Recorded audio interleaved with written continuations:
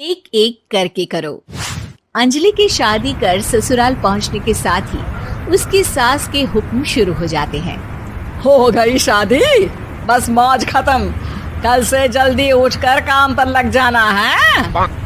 अरे माँ आज ही यहाँ आई है, इसे सब समझने के लिए कुछ दिन तो दो। मेरे और बहू के बीच की बात है, तू घर के मामले में ना बोलियो। इस पर जतिन वहाँ से अपने कमरे में चला जाता है और सास अंजलि को काम की लिस्ट सुनाने लगती है। सुबह पहले घर की सफाई करनी है, फिर कपड़े धोने हैं, साथ में खाना भी बनाना है। एक की वजह से दूसरा काम रुकना नहीं चाहिए है। जी मम्मी जी ठीक है। ये कहकर अंजलि अपने कमरे में चली जाती है। अंजलि, मम्मी हमेशा बोलती थी बहू आएगी तो उनका काम हल्का होगा, पर मुझे नहीं पता था कि वो काम हल्का करने की जगह टाल ही देंगी। कुछ नहीं होता, ये सब मैं अपने घर में भी तो करती थी, मुझे आदत है, कोई दिक्कत नहीं होगी। ठीक है, पर अगर कुछ हो तो बता देना। दोनों सो जाते हैं और अगली सुबह से अंजलि जल्दी उठ के सास के बताए कामों में जुट जाती है, जिसमें वो जैसे ही कपड़े धोने लगती है तो सास वहाँ आ जाती है। अरे सुनो, ये कपड़े ऐसे नहीं धुलेंगे, सबको डिवाइड कर फिर एक एक करके अलग अलग धोने हैं। क्या एक एक कपड़ा अलग करके? एक बार में सुनाई नहीं देता क्या? वही बोला है मैंने, लग जाओ काम पर हैं? सास की बात मानते हुए अंजलि एक एक करके कपड़े धोना शुरू करती है, जिसे करते हुए आधा दिन बीत जाता है। अरे रे, सुबह से कब दोपहर हो गई पता ही नहीं चला, अभी तो खाना भी बनाना है। अंजलि भागते हुए रसोई में जाती है, जहाँ उसकी सास पहले से ही उसे खड़ी मिलती है। खाना बना लेना, देखो पहले पकोड़े तल दो और एक एक पकोड़े अलग अलग तलना, नहीं तो कोई कच्चा कोई पक्का रह जाता है। सास की हर बात में एक एक की कहानी अंजलि के समझ में नहीं आती, लेकिन फिर भी वो बिना कुछ बोले काम करती रहती है। अगली सुबह फिर वही शुरू होता है और सास एक बार फिर खाने के समय रसोई में आती है। आज क्या बन रहा है?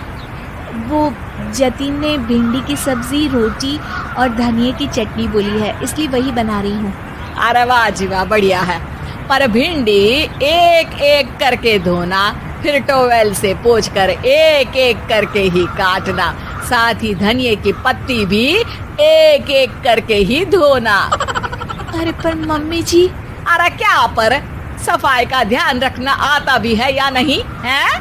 मैं ये सब सबकी हेल्थ के लिए ही तो कर रही हूँ ना, और तुम अर पर करती रहती हो हैं? सास की बातें सुन अंजलि हैरान रह जाती है। मैं तो सिर्फ सोचती थी कि जानबूझकर मेरा काम बढ़ाने के लिए ये सब करती हैं, पर ये तो काम बढ़ाने के साथ परेशान भी करना चाहती हैं।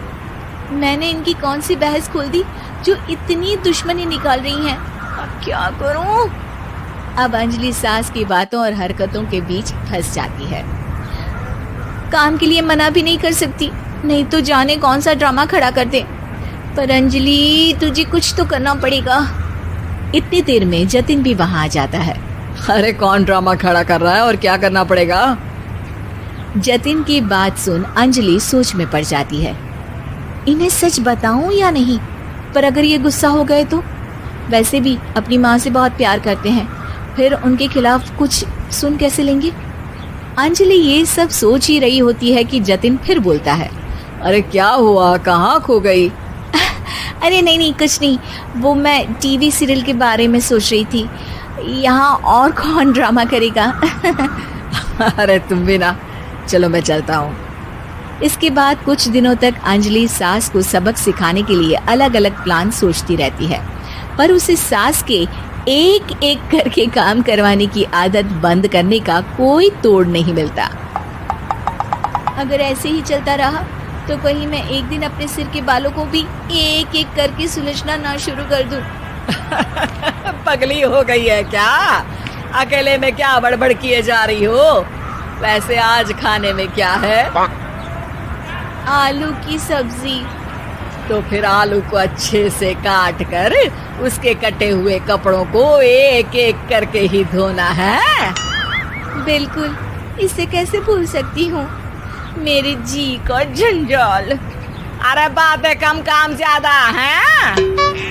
अंजलि एक बार फिर सास के कहे अनुसार काम करने लग जाती है, जिसमें सब्जी बनाते हुए उसके दिमाग में एक आइडिया आता है और वो सास को आवाज लगाती है, मम्मी जी सुनिए जरा इधर तो आना। अंजलि की आवाज सुन सास रसोई में आती है। अरे क्या हुआ, क्यों गला फाड़ कर चिल्ला रही हो?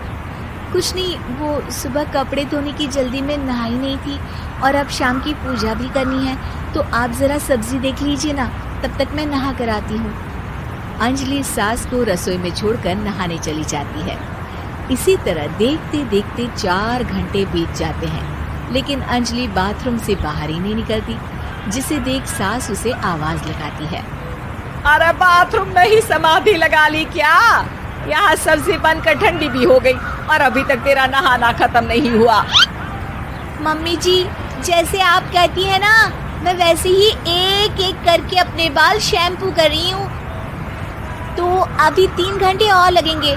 तब तक काम और जतिन को खाना सर्व करना आप संभाल लेना। इस तरह अपने नहले पर बहू का दहला देख सास शॉक्ड रह जाती है, जिसके बाद से घर में एक एक करके करने का आलाप बंद हो जाता है।